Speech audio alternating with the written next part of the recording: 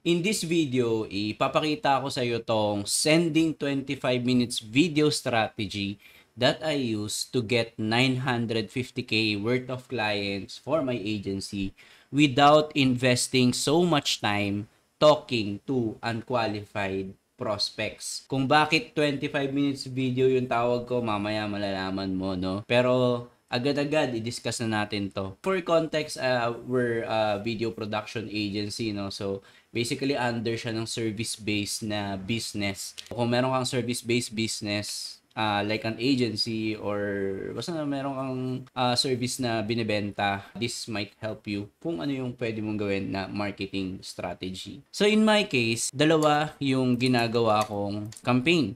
Number 1 dyan, yung organic. Number 2, yung pag-ads. So, nagra-run na rin ako ng ads, no? Dito muna tayo sa organic. Ang ginagawa ko, nagpo-post ako ng different kind of content. Like may photo, may reels, may written kind of content, belief shifting kind of content. Ito yung parang mapapaisip sila after nilang mabasa yung video, ganun, or yung written content, yung post. Tapos meron naman mga educational content, yung purely may tinuturo kong something or principle or technique, mga ganyan.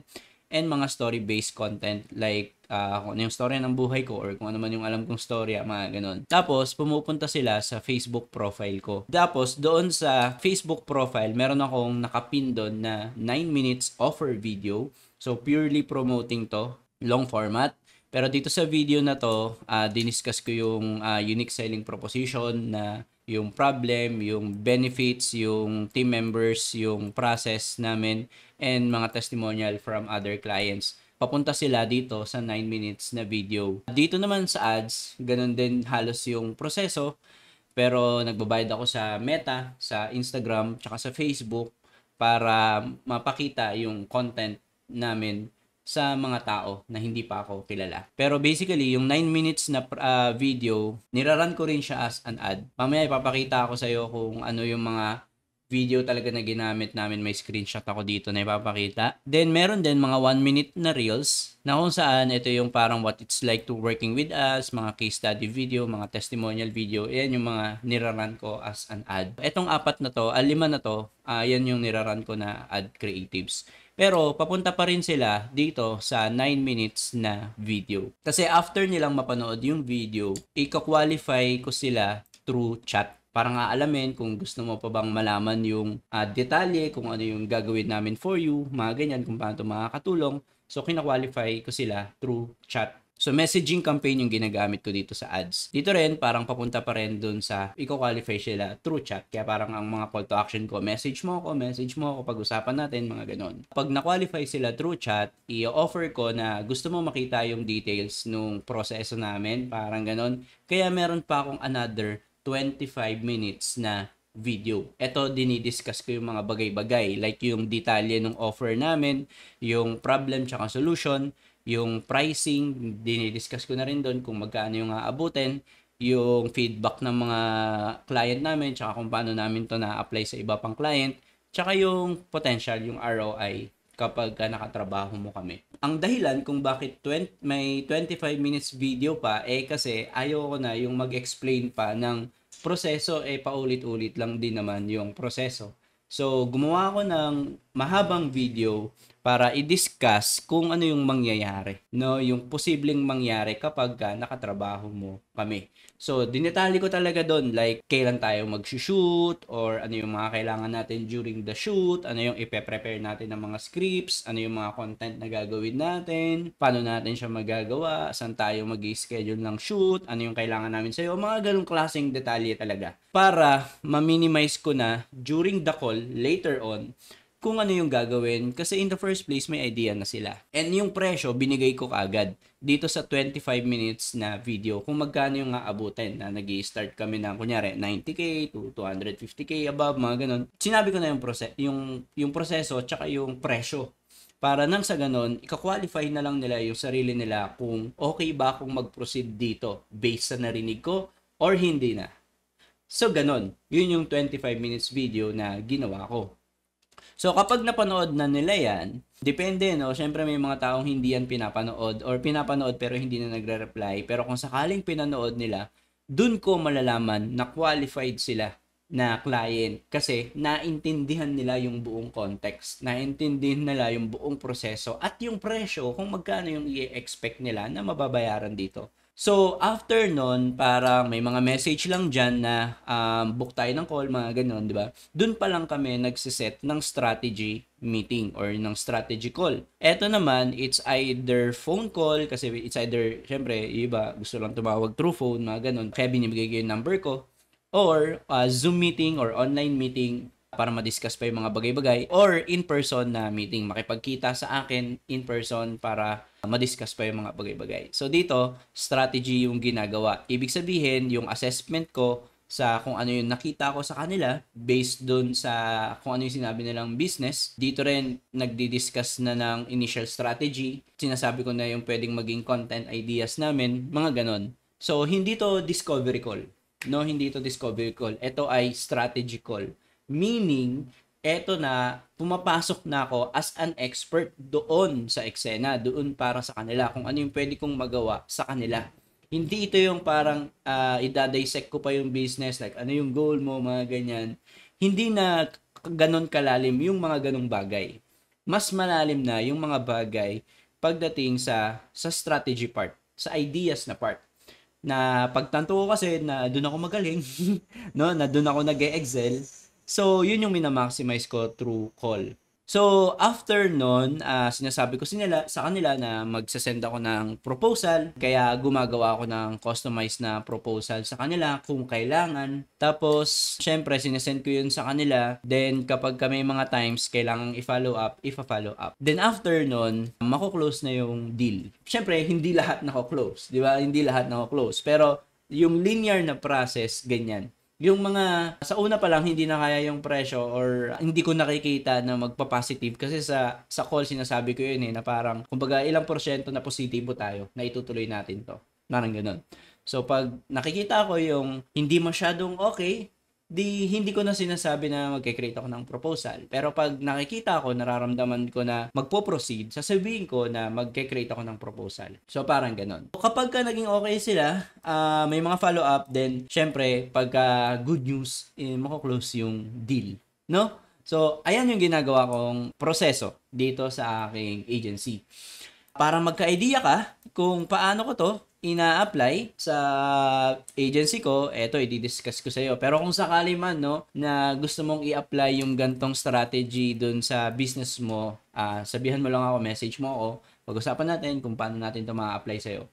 Pero ipakita ko sa iyo kung paano ko in-apply to sa aking agency. Gaya ng sinabi ko, dalawa yung ginagawa kong campaign. Number 1 dyan, yung organic approach. Tsaka number 2, yung advertising approach. So, sa organic, yun nga, sinasabi ko, nagpo-post ako ng mga content using my Facebook profile, ng mga photo, like mga educational photo, mga ganyan, tsaka mga, mga educational yan, tapos mga written post, tapos mga reels din na combination of educational or storya or kung ano man.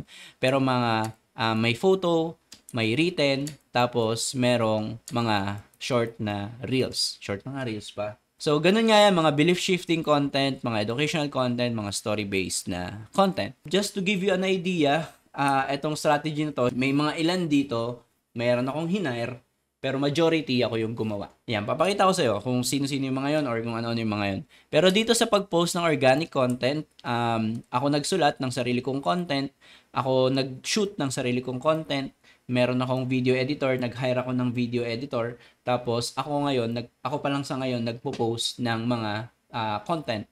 Meron lang akong hinire na video editor, which is si Francis, no? Si Francis yung nag-edit ng mga videos ko. Then papunta yan, sabi ko nga doon sa Facebook profile ko, no? Maaari na kapag tapos nila mapanood yung video ko na yon or mabasa yung content ko na yon, pupunta sila sa Facebook profile ko and naka-optimize yan na alam nila agad kung ano yung kaya kong gawin or kaya namin gawin as a team for them. Tapos, dito sa Facebook profile, makikita mo yan dyan sa Facebook profile ko na may nakapin na video dyan. Yung nakapin na video dyan, ayan yung 9 minutes na offer video. Pagka nakita nila yung profile, mababrowse nila to, then posible na panoorin nila yung 9 minutes na offer video namin. Dito naman sa ads, niraran kong ads yung mga itong klaseng creatives.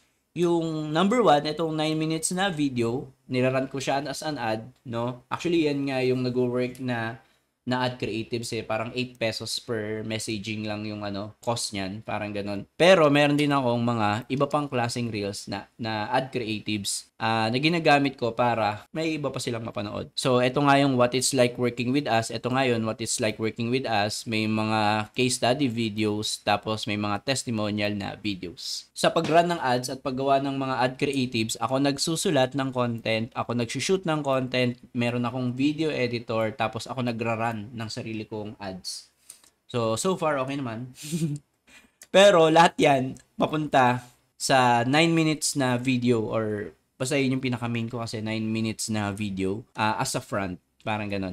Kung gusto mong makita kung ano yung video na to, comment ka lang tapos i-send ko sa'yo kung yung lahat ng video na sinasabi ko dito. Dito rin, sa 9 minutes na video, again, ako nagsulat ng content, ako nag-shoot, then meron akong video editor para mag-edit.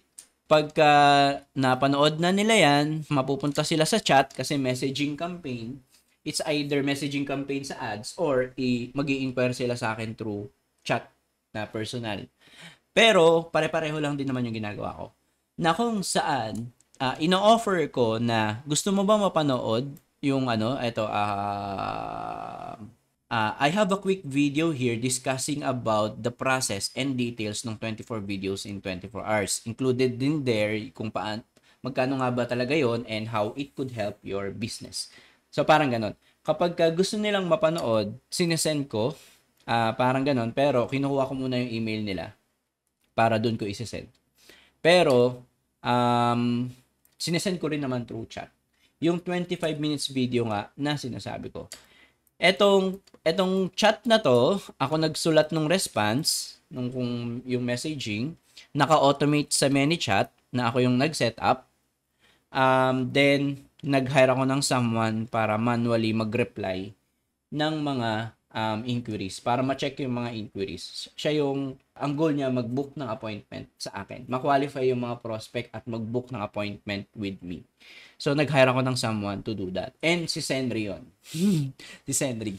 So, ayan. Pag-agree sila na isend ko yung video, sinesend ko yung video, syempre, di ba? Now, meron dito 25 minutes na process video. Ito ay in-depth na video tungkol sa proseso.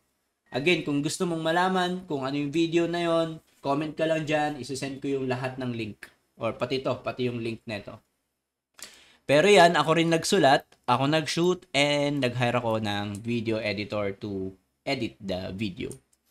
Tapos, after nun, mapapanood nila, di ba, yung 25 minutes na video. Tapos, kapag napanood na nila, sabi ko nga, qualified sila pagka pinanood na nila. Kasi kung hindi sila qualified, ibig sabihin, hindi ka sumusunod sa instruction, men. Parang gano'n. So, kapag napanood na nila, yung appointment setter nga na si Senri, sasabihin kung napanood na, tatanungin kung napanood na. May mga automated may automation naman doon through chat, pero minsan kasi hindi nag-trigger, ewan ko ba kung bakit, pero kung sakaling hindi nag-trigger, pina-follow up ni Senri para i-confirm kung napanood. Pero kung sakaling napanood, dun na magse-set ng strategy meeting. Isa-send niya yung Calendly ko para mag-book ng call. No, parang ganun. So magi-strategy call kami. Again, it's either through Zoom or through in-person na meet up. Pero basically, ang pinag-uusapan dyan, yung assessment ko, yung initial strategy namin, tsaka yung mga content ideas na lumabas ng impromptu. Parang ganon, during the call. So, kasi may ganon akong, skill, na bigla na lang ako nakakaisip ng idea, then sinasuggest ko yun sa kanila. Kaya ayun yung pinag-uusapan namin through it's either Zoom call, in-person call, or through mobile call, or phone call. So, mag-uusap, ganyan. Then, kapag pagka nakakita ako ng positive signal, sinasabi ko na, sir, magsasend ako ng proposal sa'yo. Yun na lang yung gawin natin. Hindi natin kailangan mag-decide ngayon, magsasend ako ng proposal. So, gumagawa ako ng proposal. Again, ako gumagawa ng proposal. Meron naman na kasi akong template. Meron na rin akong way kung paano magawa yan. And again, ako naman yung nakausap. So, ako rin yung makakagawa ng proposal. Diba? And ako yung creative director sa team namin.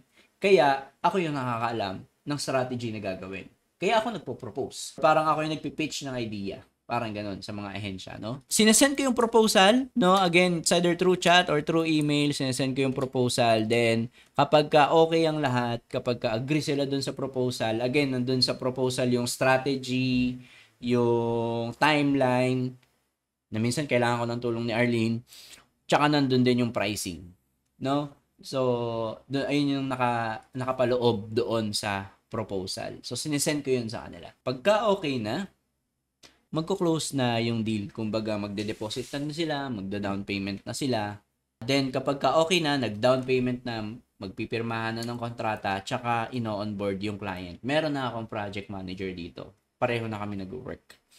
So, sinasend ko na sa project manager para simulan ng trabahuin yung mga bagay-bagay. That's how I close 950K for my agency. Ito yung approach na ginamit ko. Sana naintindihan mo, sana nasundan mo kasi medyo mahaba tong video na to. Ayan, siguro balikan mo na lang yung mga replay kung sakali. Pero yan yung yung strategy. And kung gusto mo nga na makita yung mga video na sinabi ko, yung mga example, itong mga yan, asan ba yun? Ito yung video na to, yan, yung mga post ko na yan, nilagay ko yan sa isang Google Docs, mag-comment ka lang, tapos isend ko sa iyo yung link niyan para makita mo kung anong video yung ginawa namin or yung ginawa ng team. Tapos, para mapag-aralan mo kung paano siya ginawa, ano yung ginamit na script, tapos, gayahin mo kung gusto mo, baala ka sa buhay mo, no? So, yan.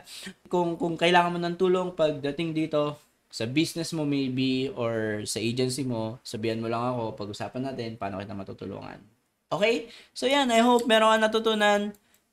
Let me know kung meron kang question. And, yeah, yun lang naman. Bye-bye!